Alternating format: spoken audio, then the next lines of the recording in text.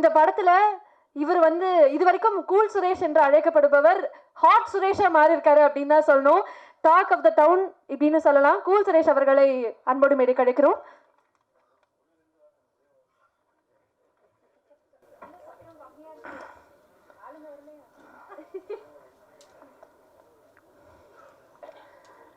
மேடையில் அமர்ந்திருக்கும் அனைவருக்கும் வணக்கம்.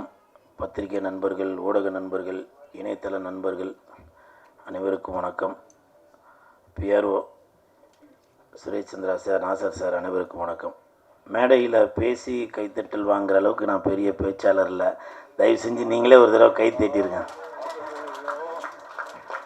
இந்த கைத்தட்டல்கள் அனைத்தும் வடக்குப்பட்டி ராமசாமிக்கு தான் போய் சேரும். இன்றைக்கி இந்த படம் ஒரு பெரிய ஹிட்டாக இருக்குது அப்படின்னாக்கா அதுக்கு பத்திரிகை நண்பர்கள், ஊடக நண்பர்கள் தான் காரணம். ஏன்னா இன்றைக்கி ஒரு சிலர் என்ன பண்ணுறாங்கனாக்கா, படம் ரிலீஸ் ஆனால் கூட உங்களோட ரிவ்யூ பார்க்குறாங்க, பார்த்துட்டு அவங்க நல்லா இருக்குதுன்னு சொன்னால் தான் போய் பார்க்குறாங்களே. சில பேர் அது மாதிரி இருக்காங்க. அப்படி நீங்கள் படத்தை நாளே பார்த்துட்டு காலையிலேயே இந்த படத்தை பற்றி நீங்கள் எழுதவும், அதை பார்த்துட்டு மக்கள் போய் பார்த்துட்டு அதை மறுபடியும் வெளியில் இந்த மாதிரி படம் நல்லாயிருக்கு, வடக்குப்பட்டி ராமசாமி, வடக்குப்பட்டி ராமசாமி, வடக்குப்பட்டி ராமசாமின்னு ஊரெல்லாம் ஒரே பேச்சு, அதுதான் என் மூச்சு அப்படின்னு சொல்கிற அளவுக்கு எல்லா இடத்துலையும் நீங்கள் சூப்பராக எழுதியிருந்தீங்க. அந்த எழுதின அனைத்து நண்பர்களுக்கும் என் மனமார்ந்த நன்றி. இந்த படத்தில் கார்த்திக் யோகி சார் எனக்கு நல்ல ஒரு வாய்ப்பை கொடுத்துருக்காரு. பொதுவாகவே நான் நடித்த படங்கள் நடித்ததுக்கப்புறம் சினிமாக்காரங்க மோஸ்ட்லி ஃபோன் பண்ண மாட்டாங்க. நானே ஃபோன் பண்ணி படம் பார்த்துங்க அப்படின்னு சொல்லுவாங்க. ஆனால் இந்த படம் பார்த்துட்டு சினிமாக்காரங்க, producers, directors, assistant directors, managers அவங்கெல்லாம் ஃபோன் பண்ணி இந்த மாதிரி படம் பார்த்துங்க, படத்தில் நல்லா நடிச்சிருக்கீங்க, இவ்வளோ நாளை விட உங்களுக்குள்ளே ஒரு நடிப்பு திறமை இருக்கா அப்படின்றத நான் இப்போ தான் பார்த்துட்டு இருந்தேன், அதனால் சூப்பராக நடிச்சிருக்கீங்க அப்படின்னு சொன்னது மட்டும் இல்லாமல் ஒரு 4-5 படம் வடக்குப்பட்டி ராமசாமியை வச்சே எனக்கு கமிட் ஆகிருக்கு. அதற்கு இயக்குனர் கார்த்திக் யோகி சாருக்கு மிக்க நன்றி. ஏன்னா எந்த ஒரு நடிகருமே இயக்குனர் இல்லாமல், அது ரஜினி சாராக இருந்தாலும் சரி, கமல் சாராக இருந்தாலும் சரி, அஜித் சார், விஜய் சாராக இருந்தாலும் சரி, ஒரு இயக்குனர் தான் ஒரு நடிகனை உருவாக்க முடியும். ஸோ அப்படி என்னை வெளியே கொண்டு வந்திருக்க இயக்குனருக்கு என் மனமார்ந்த நன்றி. அப்புறம் சந்தானம் சார், நான் ஏற்கனவே பல இடத்துல நிறையா பேசிட்டேன், அவரை பற்றி பேசுகிறதுக்கு ஒன்றும் இல்லை. இப்போ கூட அந்த கண்ணாடி போட்டிருக்கேன், அது ஸ்டைலாக இருக்கா என்னன்னு தெரியல, ஆனால் இந்த கண்ணாடிக்கு சொந்தக்காரர் சந்தானம் சார் தான். இல்லை ஒருத்தர் சொல்கிறாரு இல்லைன்னா, இப்போ நான் சொல்கிறேன் பாருங்கள், அது கரெக்டு தான் இருக்கும். இந்த கண்ணாடி நம்ம சந்தானம் சாரோட மேனேஜர் பரத்தோடது. அவர் என்ன கண்ணாடி போடுங்கண்ணே, ஸ்டைலாக இருப்பீங்க அப்படின்னு சொல்லி சொன்னாங்க. ஸோ அப்படி பாருங்கள், என்னை அழகுபடுத்தி பார்க்குறது சந்தானம் சார் மட்டும் இல்லை, அவர் கூட இருக்கவங்க கூட நான் வளரணும் அப்படின்னு சொல்லி நினைக்கிறாங்க. பரத்து, மிக்க நன்றி. சந்தானம் சார் சார்பாக நன்றி. ஏன்னா சும்மா ஏதோ மேடைக்காக நம்ம பொய் புழுவி பந்தாவா அப்படின்னு சொல்லி பேசிட்டு போகக்கூடாது. உண்மை என்னவோ அதை பேசிட்டு போக வேண்டியதுதான். ஏன்னா ஆடியோ ரிலீஸ் ஃபங்க்ஷனில் கூட சில பேர் என்கிட்ட சொன்னாங்க, என்னங்க சந்தானம் சார் உங்களை இந்த கலாச்சாரு, இதுதாங்க உண்மையான நட்பு. சும்மா மேடைக்காக சார் அவர் நல்லவர் வல்லவர் அப்படின்லாம் சொல்லாமல் உண்மை என்னவோ அதை ஓப்பனாக சொல்லிட்டு போகிறாரு. அப்படி அவர் உண்மையாக பேசுனதால தான் இன்றைக்கி அவர் இந்த இடத்துல நல்ல ஒரு ஸ்ட்ராங்கான இடத்துல இருக்கார்.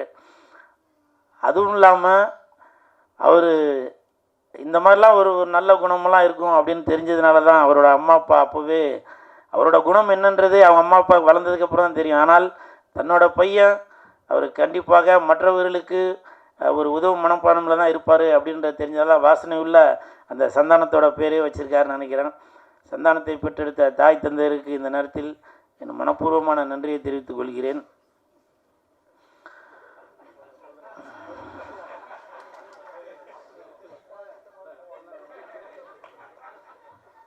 சரி வேணாம், நான் ஏன்னா இப்போ நிறையா பேர் சொல்கிறாங்க நான் தேட்டரில் போய்ட்டு கத்துறேன் அப்படி இப்படின்னு. அது நான் கத்துறலாம் இல்லைங்க. நிறையா பேர் ஏதோ தன்னறியாமல் பேசுகிறதாங்க அது. இப்போது முருகனுக்கு வேல் குத்துவோம் இல்லையா, நம்மளை அறியாமல் சொல்கிறது தான் வெற்றிவேல் முருகனுக்கு அப்படின்னு. பக்கத்தில் இருக்காள் இதை சொல்லுப்பா அப்படின்னா சொல்கிறாங்க இல்லை, நம்மளை அறியாமலே ஆடியன்ஸை பார்த்தவொன்னே அவங்க என் மேலே வச்சுருக்க ஒரு பாசத்தில் சொல்கிறது. இருமுடி கட்டுவோம், அப்போ வந்து சாமியே சரணம் ஐயப்பா அப்படின்னு அதெல்லாம் வந்து ஐயப்பா வந்து என்கிட்ட வந்து சொல்கிறாரா இப்படி சொல்லுப்பா அப்படின்னு நம்மளை அறியாமலே சொல்கிறோம். அந்த மாதிரி தான் ரசிகர்கள் என் மேலே வச்சுருக்க பாசத்தில் அன்பில் அவங்க ஒரு குரலை கொடுக்குறாங்க. அதை வந்து என்ன அறியாமலே அந்த மயிர் நட்டுக்குது, அந்த கூஸ் பம்ப்ஸ், அது அது வந்து என்ன அறியாமலே சொல்லிடுறேன் நான். ஸோ அதுதான் அது. அதனால் நான் வந்து ஏதோ வாலண்டியாக அதை சொல்லி அதை பண்ணணும் அப்படின்றதுனால நான் இன்னமும் சொல்கிறேன், பிக் பாஸுக்கு அப்புறம் நான் முடிஞ்ச அளவுக்கு என்னை மாற்றிட்டு தான் வரேன், மாற்றிக்கிட்டு தான் வரேன். அது சில இடத்துல மாற முடியுது, சில இடத்துல மாற முடியல. அதனால் நான் நீங்கள் எதிர்பார்க்குறதும் செய்கிறேன், நீங்கள் எதிர்பார்க்காததும் செய்கிறேன்.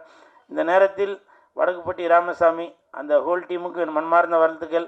உதவி இயக்குநர்கள், இணை இயக்குநர்கள் Senthil sir, Albin sir, Prem sir, Amalnath, இன்னும் நிறையா பேர் இருக்காங்க, மஞ்சுநாத், இவங்க எல்லாருக்கும் மனப்பூர்வமான நன்றி. ஏன்னா இப்போ வரைக்கும் நான் நிறையா படம் ஒர்க் பண்ணியிருக்கேன், நான் அதனால் சொல்கிறேன். படம் ரிலீஸ் ஆனதுக்கப்புறம் சில அசிஸ்டன்ட் டைரக்டர்ஸ் வேறு படத்துக்கு போயிடுவாங்க, இல்லை வேறு எதுனா இப்போ இதில் போயிடுவாங்க. ஆனால் இன்ன வரைக்கும் அந்த அசிஸ்டன்ட் டைரக்டர்ஸ் எல்லாருமே கூடவே இருந்து அந்த காருக்கு எப்படி 4 டயர் இருந்தால் தான் காரு போகுமோ அதே மாதிரி அந்த 4 டயர் மாதிரியே அந்த அசிஸ்டன்ட் இன்ன வரைக்கும் போயிட்டே தான் இருக்காங்க. நேற்று கூட ஆனந்த வீடன்லேயே எதுலேயே வந்து அந்த பேப்பரில் வந்தெல்லாம் கட் பண்ணி எல்லாருக்கும் அனுப்பிச்சு இன்னமும் படம் பட்டி தொட்டி எல்லாம் போய் சேர்ந்துருச்சு. இன்னமும் போய் சேரணும் அப்படின்ற ஒரு எண்ணத்தில் அந்த உதவி இயக்குநர்கள் எல்லாரும் பயங்கரமாக ஹார்ட் ஒர்க் பண்ணிகிட்ருக்காங்க. இதே மாதிரி எல்லா இயக்குநர்களுக்குமே இந்த ஒரு டீம் கண்டிப்பாக அமையணும். அப்போ தான் ஒரு படத்துக்கு இன்னமும் மேலே போகிறதுக்கு இவங்க வந்து ஒரு உந்துதலாக இருப்பாங்க. அந்த ஹோல் டீமுக்கும் மனமார்ந்த வாழ்த்துக்கள். எனக்கு அப்பாவை நடித்த அரசன் சார், உங்களுக்கு மனமார்ந்த நன்றி. அம்மாவை நடிச்சிருக்கவங்க, அப்புறம் ஜான் விஜய் சார் சம்சாரமாக நடிச்சிருக்கவங்க எல்லாருக்கும் மனமார்ந்த நன்றி. அப்புறம் ரவி மரியா சார் எனக்கு அடிக்கடி அட்வைஸ் பண்ணிகிட்டே இருக்கிறாரு. அவர் என் கண்ணுக்கு ஒரு ப்ரொஃபஸர் மாதிரி தெரிகிறாரு. கூல் இப்படி பண்ணாதீங்க, அப்படி பண்ணாதீங்க, அதனால் நடிப்பில் கான்சன்ட்ரேட் பண்ணுங்கள் அப்படின்னு சொல்லிகிட்டே இருக்கார்.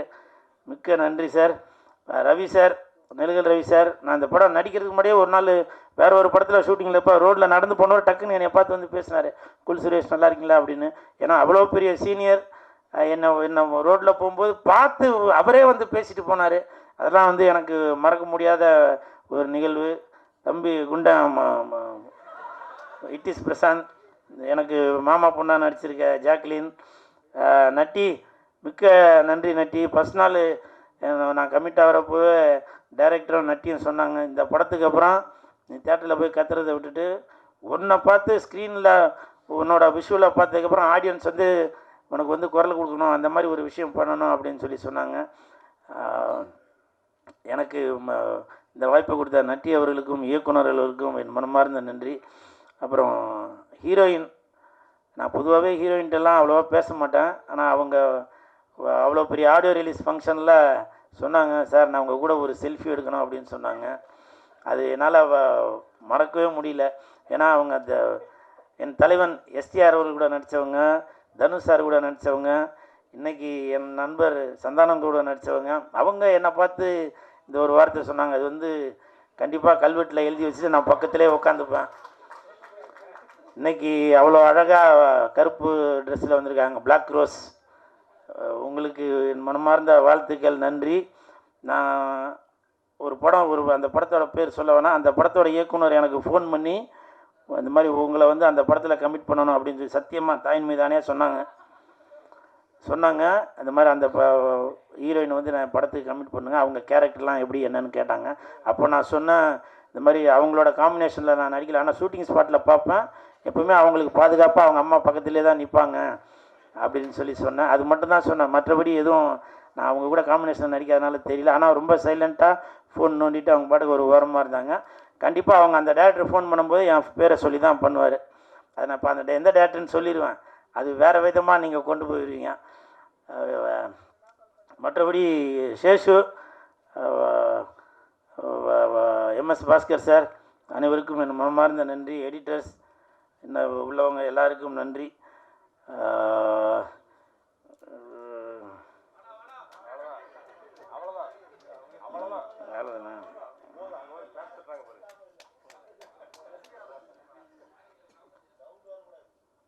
ஆபருக்கும் டாபருக்கும் எப்படி ஆபருக்கும் டாபருக்கும் ஆளி 4 நானுங்கோ, பானைக்குள்ள யானை பூந்த கதையை கொஞ்சம் கேளுங்கோ, வேப்ப மரம் புளிய மரம், அதுக்கு என்னப்பா மறந்து போச்சா?